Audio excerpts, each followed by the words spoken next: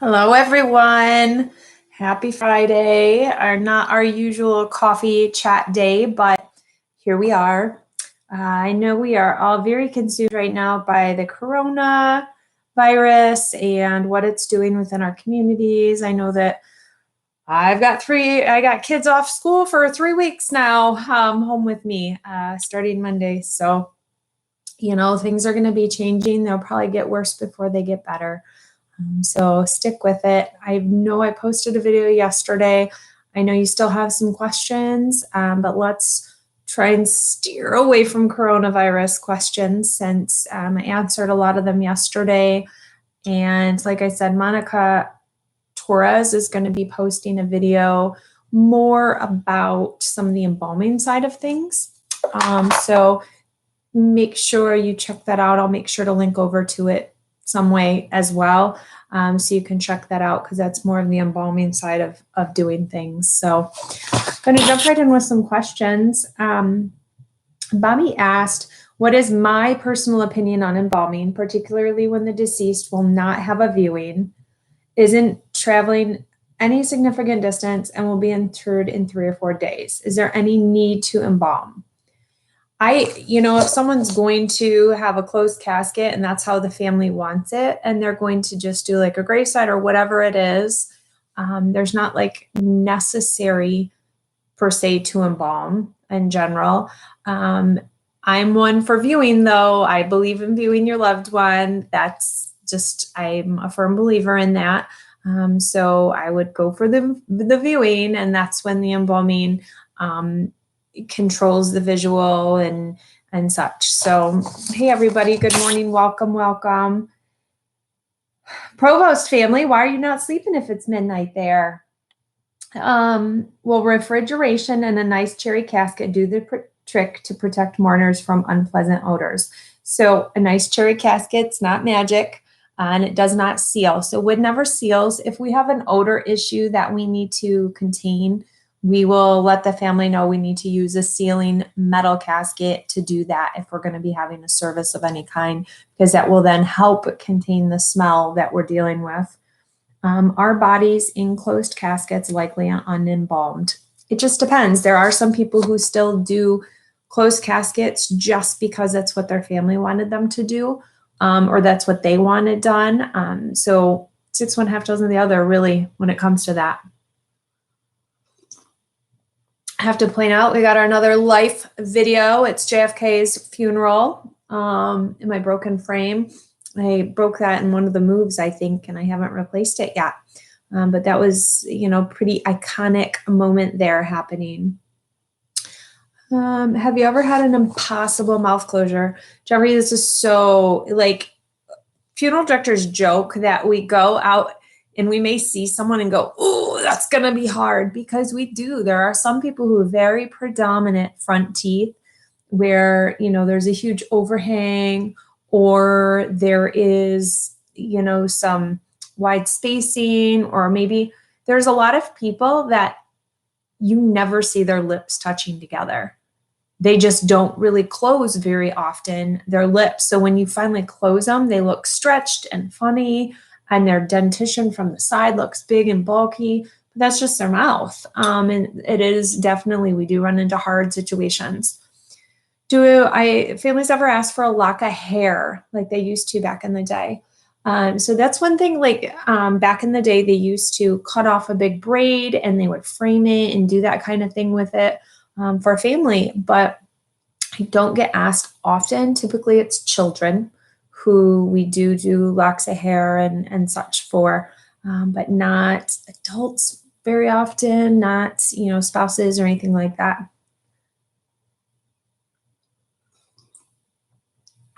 Oh, hey, Aunt Josie, you better be driving safe and only listening. When eyes are donated, what is put in its place? So the corneas may just be donated. So they may just take out the cornea and leave the eyeball in there, which is just a big ball of kind of gooiness. So we may take out the rest of the eye anyway. Typically the orbit is then dried out and packed with cotton. So we don't put in like a ball replacement. At least I don't know anybody who does.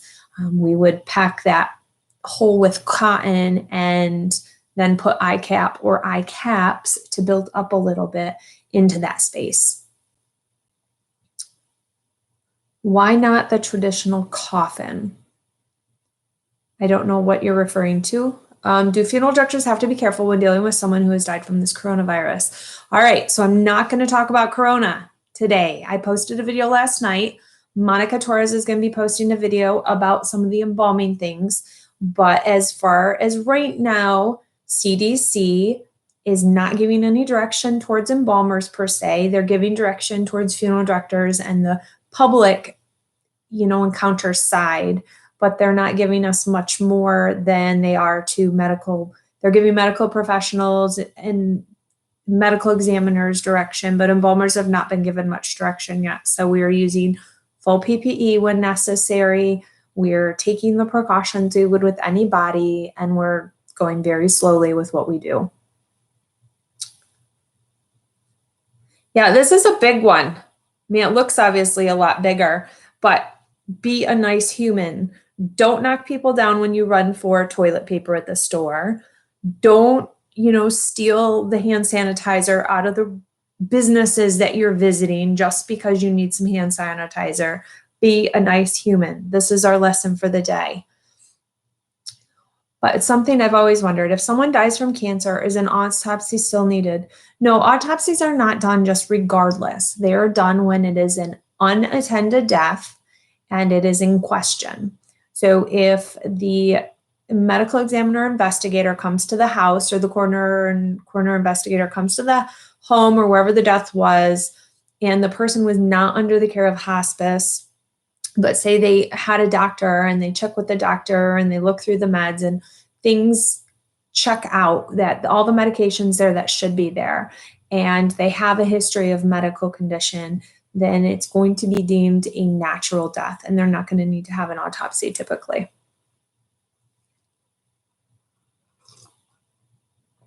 Thank you, Jace. What part of Michigan are you in?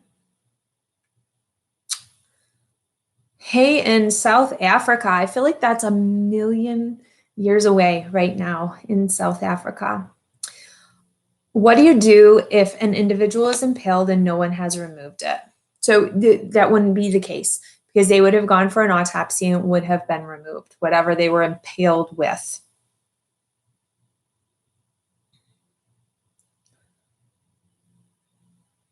Okay. When someone goes to be cremated, they do not have to be embalmed unless they had a viewing beforehand that was public, that was required by the funeral home to be embalmed. Have you let a family member watch or help you prep a loved one? Embalming and or dressing. Ah, dang it. I didn't turn off my stupid vacuum thing. It's going to start.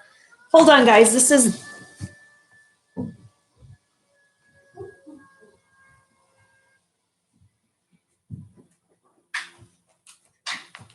I know it's like dead air on a radio. That's the one thing I forgot today, because usually I'm home doing this after it has started. Sorry. I have had an embalmer from somewhere else come and embalm with me for his, I think it was aunt, but that's the only time I've had somebody come embalm with me from somewhere else. I have had families help dress and do hair and makeup. The hair and makeup is much more common than dressing. Typically dressing is when it's religious or cultural. They will come and help. All right. After a body is embalmed and dressed, is the body placed in the casket right away and placed in the room where the body is going to be viewed by the loved ones? Where is the body kept before a viewing? If there's a funeral mass and the body is going to be cremated, where is the body kept until the cremation? So this all depends on each funeral home and how busy they are and what's going on that week. So let's say I got somebody ready and got them in the casket. If there's a visitation going on that day, then they're going to stay in the prep room or the dressing area until that visitation and that space is opened up. If there's nothing going on, I would move them in and set them up that day. They're going to remain there until their visitation, and if their service is there, through the service. And then if they're going to be cremated afterwards, I'd move them back out to the prep room, or maybe into, if they were in a rental and I needed space to remove them from the rental, I may go into the garage if it's right there attached, because there's more space to pull them out the end of the rental casket and place the lid on the box, and then place them in the vehicle to take them to the crematory if we were going right away. We don't store them in the garage, even though I know some people do. But you know, it all depends on the flow of work that day, that week at the funeral home, whether they stay in the prep room, stay in the dressing room, stay in the chapel. So there's no set answer to it, because they may be in a number of different places during all that. Trying to get back into school so I can study mortuary science. Jump in and do it. The Linwood area.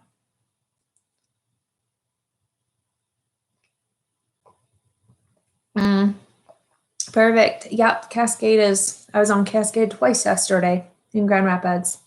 We all have to die. However, my question is, does this affect the way you view death?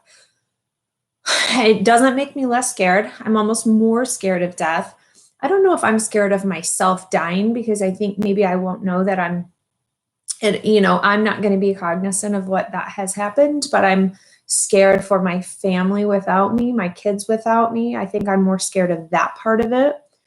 I can't really think about any of it because it freaks me the heck out.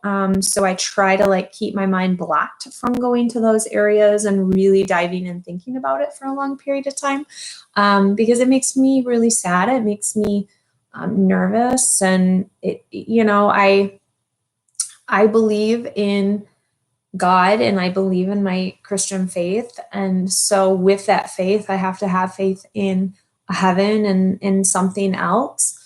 I'm also a realist that I like to be tangible, and I like to touch and know that it for sure exists and have seen that it exists. So heaven to me is still just a faith thing. So I battle with that once in a while, I think, like many do. Are you scared of COVID-19? Not even a little bit. I'm more scared of probably 10 other illnesses that are out there. As of right now, it's just a flu type. It's a SARS-based disease. I know I said I wasn't going to talk about this, but I'm so sick about talking about it that I feel like I need to talk about it, though. There's nothing about it that's more contagious or more dangerous, only for the fact that we don't have medication for it yet. But every year there's versions of flu that we don't have medication for. If you look at the numbers, it's a very low percentage of fatalities from it. That it is spreading, it is contagious. So it's people taking the precautions that they need to and following the directions given when they are sick. That don't travel, don't think it doesn't pertain to you. Don't think you're above the rules that are put in place. And that's the problem, is in our society, so many people think they don't need to follow the rules. They're the exception. They're above what is being laid out. So as long as we're following what everybody is telling us to do, then, that's where safety comes into play. I think it's bat crap crazy what is going on right now, that people are running each other down trying to get toilet paper, and that people are stealing things from businesses because they want to have more hand sanitizer. That is the downfall of it, not the COVID-19. So to me, I'm more scared of humanity and what humans are going to do, because we fill ourselves with fear, and instead of working together, we fight against ourselves. And that to me is more fearful than the virus, in my 2 cents. If you're fighting a disease and you already have a disease, if it gets to the end and you're on hospice, you're not going to have an autopsy. If you die in a hospital, you shouldn't have an autopsy. As long as you have a pre-existing condition, you shouldn't need to have an autopsy. Which mortuary school gives the most embalming experience? Well, I haven't been to every mortuary school, but some of them do not have prep and lab on site. that they farm out to other funeral homes and such. So there's no way to really regulate how much experience you're going to get under the tutelage of the funeral directors you're working with through those.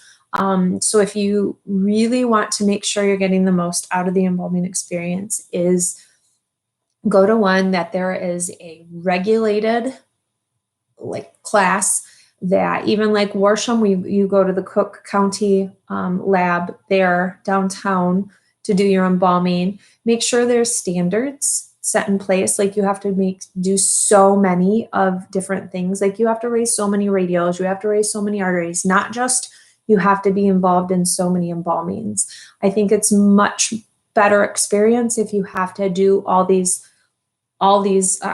things, like the specific things so many times. Like you have to set so many, features, close so many mouths, close so many eyes and such, rather than just general be involved in so many embalmings. I think you're going to get much more detailed experience that way, but it's also about what you do. If you're in a team of 3 or 4 and you just stand back, you're not getting the experience. So you need to make sure you're volunteering, stepping in, volunteer to come in on the weekends, volunteer to come in on days where they want volunteers. It's all about you and your willingness to get in there. If person had a choice, if you had the choice, would you be cremated sooner? Can you be cremated as well? I don't know what that means. Sorry. We basically have nothing left in shops here in Sydney. It's crazy. Yeah, that's what they keep talking about, is how the people that are raiding the stores and over purchasing and over consuming are really depriving people, like little grandma who just needs to go get a roll of toilet paper because it's just her at home, or needs to get provisions for herself. So it's, take what you might need. Don't take everything just because you can, but it's taking only what you need. Thank you, Jeanette. Is there any risk to family of exposure if the embalming fluid when kissing, touching the body? No, not really. No. Yes, we do have fights once in a while. I've had like pushing, but no swinging, unfortunately. I do like a good fight, so it does liven up the day. But I have not had much swinging and such at fights.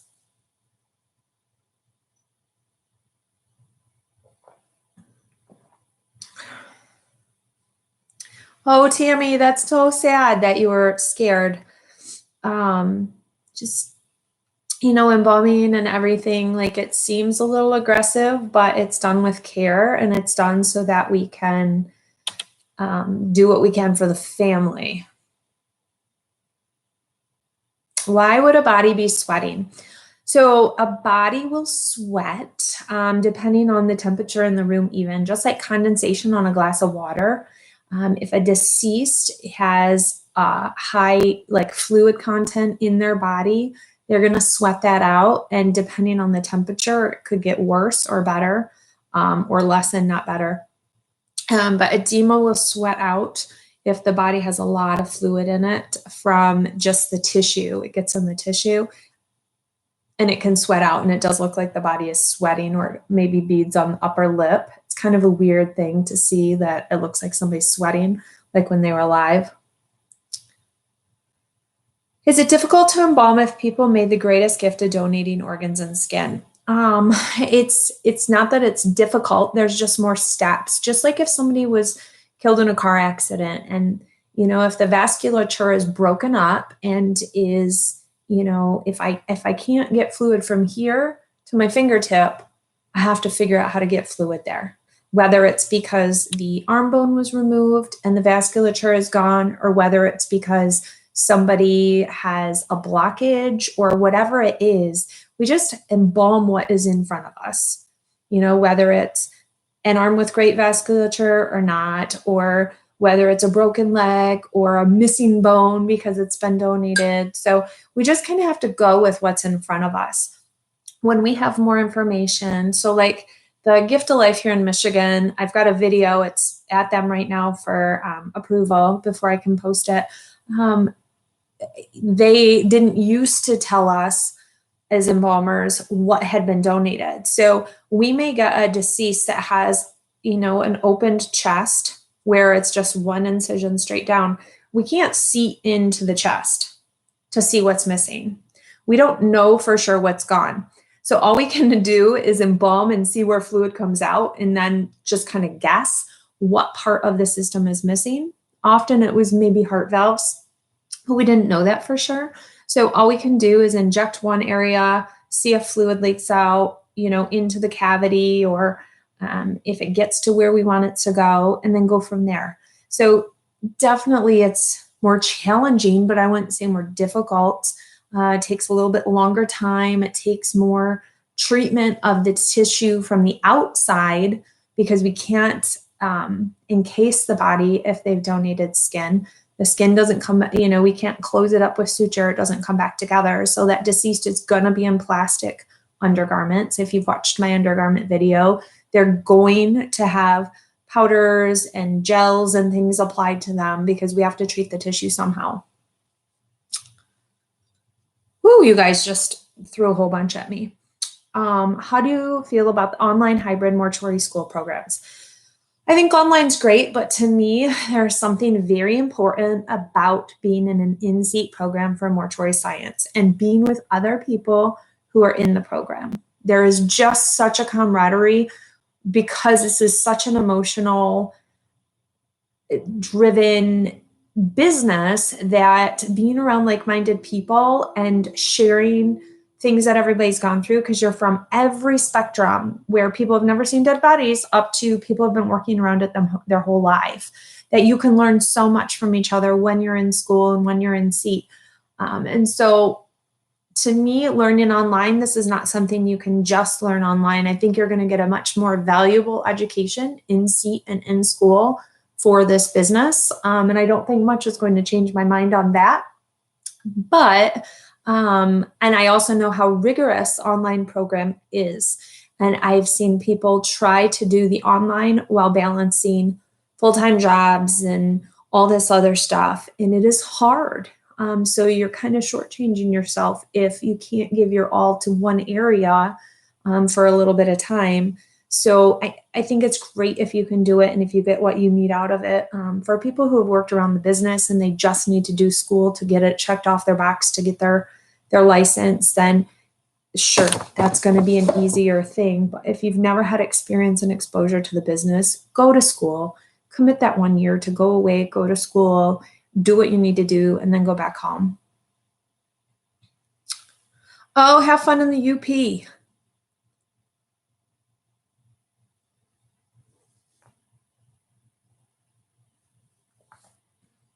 Yes, I have experienced some paranormal. We went one of the funeral homes that I go to now. We want to set up a camera at night to see if we catch anything. But I have a video about paranormal, so go to my channel and check out paranormal. Shell, be safe. I hope you heal up well. Does a funeral home take photos of bodies for file in case a problem comes up? So that's a great question.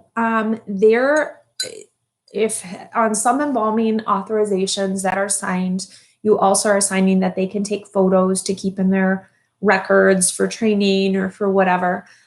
And so taking pictures of the deceased, just taking them, is kind of against the law, unless you've signed that they can do that. But the problem is nowadays, as we have been geared and instructed that we should not take phones with our cell phones, because you can't control the data from your cell phone. You just can't. And so, using a digital camera is the best thing to do. And then, putting them somewhere safe. I know that this last year, there was a funeral home and they had taken photos of the deceased just for their records. Well, whoops, their record system, which is all computerized, linked up with our website, and those photos of the deceased all went to the website. So there's a huge security thing if they're not saved correctly.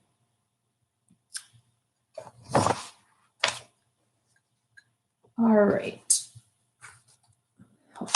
in Europe, like when I was in England, where the body's kept until the required steps are completed at the funeral home, in a cooler at the funeral home. They have coolers at the one I was at.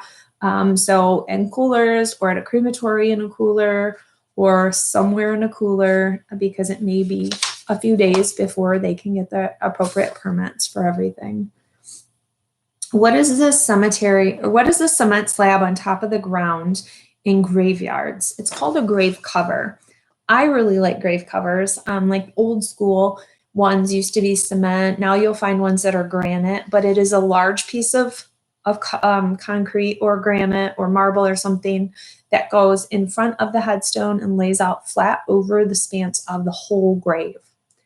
And it's just called a grave cover. I think there's something just kind of cool and classy and fancy about them. I don't know why I love them so much, but I do. Does the vault have a plug in it that you can take out so water can come in, or is it dry? So the vault does not have a plug that you can open and drain out. If you need to open the vault, then you do have to just take the lid off or break it open. If they float up, which is where you're talking about, like in floodwaters and such, when the vault or the casket comes up, there's no way to just open it and drain the water out. You just have to open it and take the body out and handle the situation that is at hand. What happens to the maggots inside the casket? Do they die? There's not maggots. There's not often maggots in the casket. So maggots happen when you have a person who's rotting, and then the eggs get laid and then they hatch.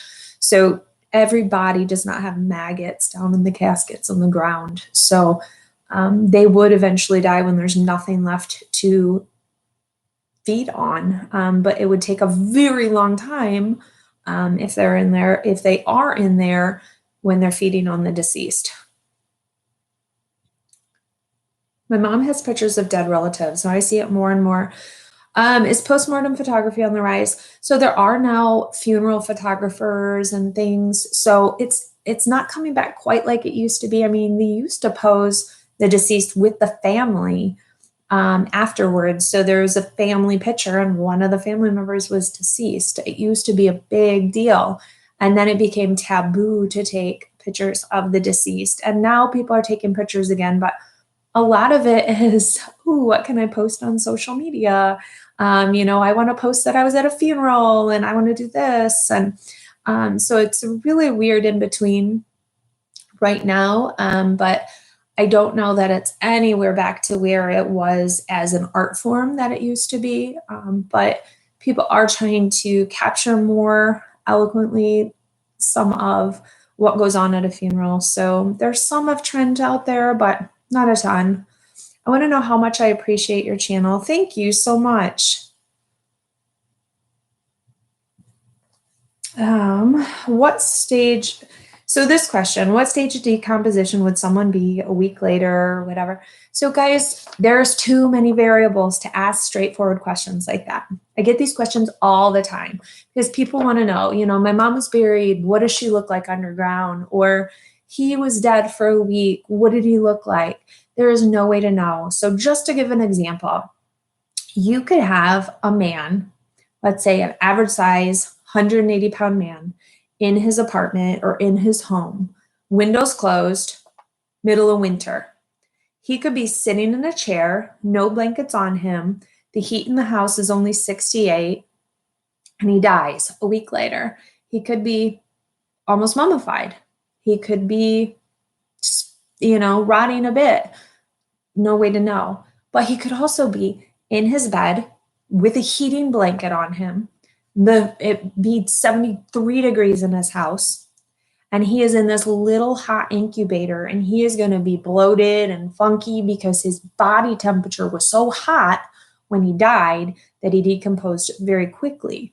So there's these huge variables. Or middle of summer, the AC could be on, but the person could have fallen in an area where the sun is coming in through the window and heating up part of their body, or a person may die laying on a heat vent.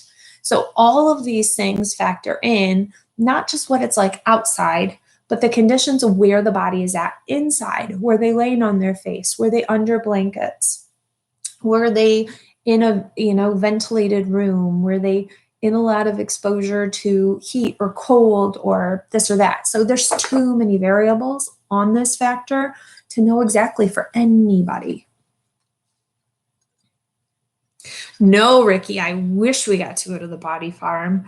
That is on my top 3 list of things to do. So I'm waiting for somebody to come along that has the magical admittance that is like, Kari, come to the body farm with me and I will show it to you.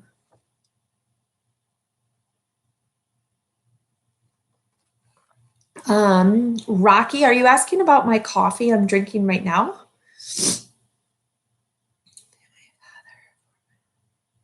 How do you cope with having to work on children that have passed? To me, it's nice to be able to take care of that child. Like, that child's dead. I can't change that. I can't worry about changing that. Like, it's not something that I have any control over. I have to look at the fact that that child needs cared for, and I need to care for them. What makes me really sad is when a child dies and goes immediately for cremation and the family never views the baby or child, or never holds them, never dresses them, never lets other people comfort and gather around the family and see them. That's what makes me sad, is when a child goes off for a cremation. Like, I get it, but I don't like that. That situation makes me just a little uncomfortable.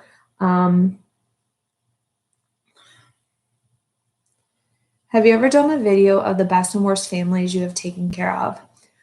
No, I haven't, Michelle, because I don't want to reference families in that way. Anybody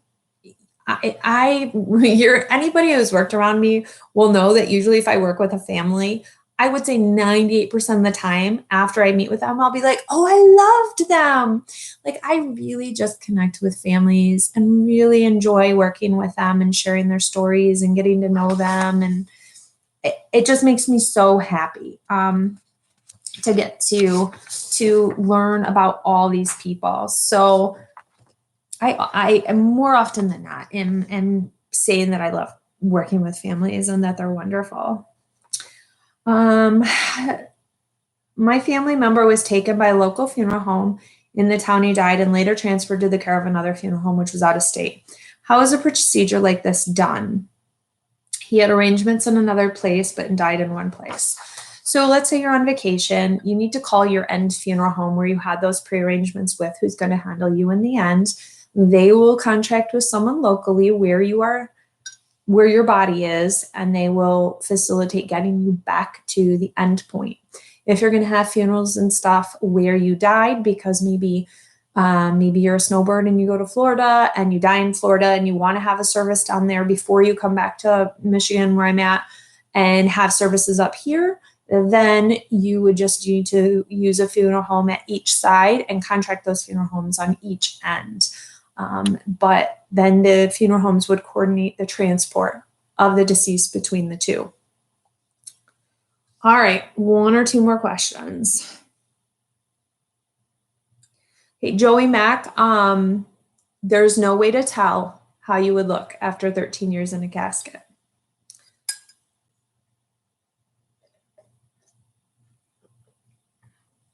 No, people don't wake up. So no.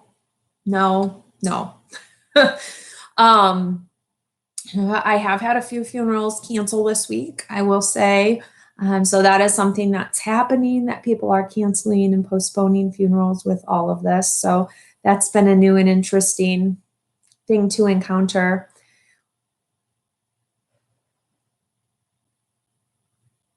Yeah, Alan, it's doing like a GoPro on somebody decomposing. It's unfortunately it's time. So even if someone's done it, it's waiting until you've gotten far enough along the position. I'm sure that's happened at the body farm and at those type of places, because they do take visual record of what's happening. It's just not privy to everyone. How do you feel about the amount of women now entering the funeral industry, and what effect do you think that will have on the corporatization of the industry? I don't know why corporatization would be affected by women in the business. So there are more women going into the business right now than men. Just classes right now at mortuary schools are predominantly women, which is great. Women are approach things in a much different way than men do. And I think it's wonderful. But we have a lot of women entering, and we have a lot of older male owners and businessmen, and they don't always get along. And the problem is both-sided, that women come in with this, I'm a woman and you need to do this, and kind of strong personalities. And then you have these men owners who also have these strong personalities and they don't mesh well. So as long as everyone is open and welcoming on both sides, then it's going to work well. But there's a lot of strong personality that comes with this I am woman, hear me roar thing that's going on right now. And that does rub some people the wrong way. I think it's wonderful, though, that women are coming in and being strong within the business. I think it's a long time coming. It's a long time needed. What I don't like, and I will say, is that if a woman doesn't get a position, she assumes it's because she's a woman. Sometimes it's you're just not made to be in that role. So I think that there needs to be less blame placed on a lot of things and more just being who we are. It's not me as a woman going to be a funeral director. I am a funeral director. End of story. I'm not a white funeral director. I'm not a female funeral director. I am a funeral director. So I personally don't love the whole we all have to be defined by something. If we all want it to be an equal, rosy world, then we have to stop doing the definitions of me being this, that, or the other. And we just need to be who we are and, all gearing for the same goal. So, I don't like that part of it. That rubs me the wrong way, I guess. But I love the change in the dynamic and the change in the business. And I have met some amazing women visiting mortuary schools who are now out. And, some of the women who are in schools now, some women who are out and licensed now. And I love watching them grow. I love watching what they're doing.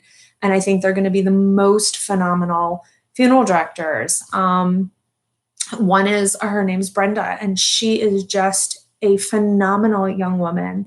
I met her at mortuary school. I have loved watching her grow over the last, year and a half now or 2 years, and am so proud of her.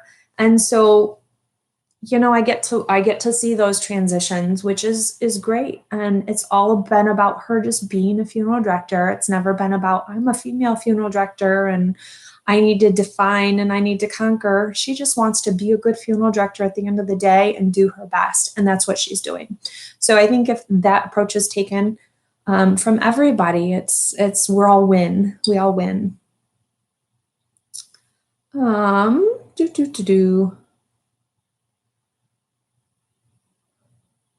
Just making sure, seeing if there's one last question that I can answer, guys, and then we're going to log off. You guys asked the best questions lately. It's so good. Oh, I'm not trying to preach, Steve. Truly, I'm just giving my thought on it. I just really love this industry. I love what I do. I love what it stands for, but I see downfalls within it, and I see that we're hurting ourselves within the business because we're trying to define these roles, and it's not necessary. And we need to keep our eye on the prize of taking care of families, taking care of deceased. And I see that there's this underlying battle between old generation, new generation, men, women, white, black, all of it. And it's not necessary. So eye on the prize, people. So I'll just end with that. Thank you, guys. Keep safe, keep healthy, everyone. Be a nice human. And I'll see you guys here next week. Lots of videos coming. I've got some I've got my tour at Spring Grove Cemetery that's going to be posting soon. Hopefully the Gift of Life video is posting here in the next week or so when I get approval on that. Some videos about disposition choices, all sorts of great ones coming soon. So stick with me, and hopefully we come out the other side of this crazy virus thing going on soon. Thanks, guys. Talk to you later. Bye.